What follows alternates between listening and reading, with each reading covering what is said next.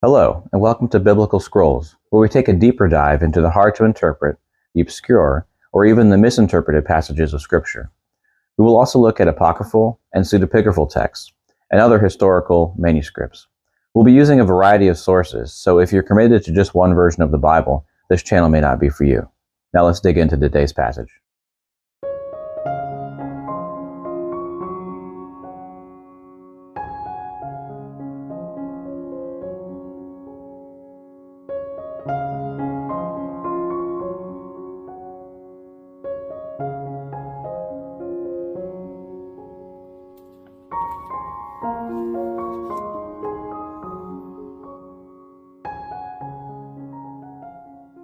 Today's passage is John 1:1-3, and we will start by reading that in the New King James Version.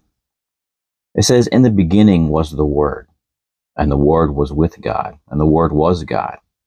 He was in the beginning with God. All things were made through him, and without him nothing was made that was made." There are discrepancies of what the word or logos is in relation to God, especially at the end of verse 1. The New World Translation used by Jehovah's Witnesses will say that the Word was a God. Another translation could be that the Word was divine, as the last appearance of the word God in verse 1 has no article. It is theos rather than hotheos. Earlier in the verse, it is important to realize that the logos, word, was already present at the beginning, meaning in effect before the world was created. This logos was in active communion with or in converse with God from the beginning, not simply devoted to or speaking of God, but part of his divine essence. John wished to point out what God and the logos had in common, namely, their godhood.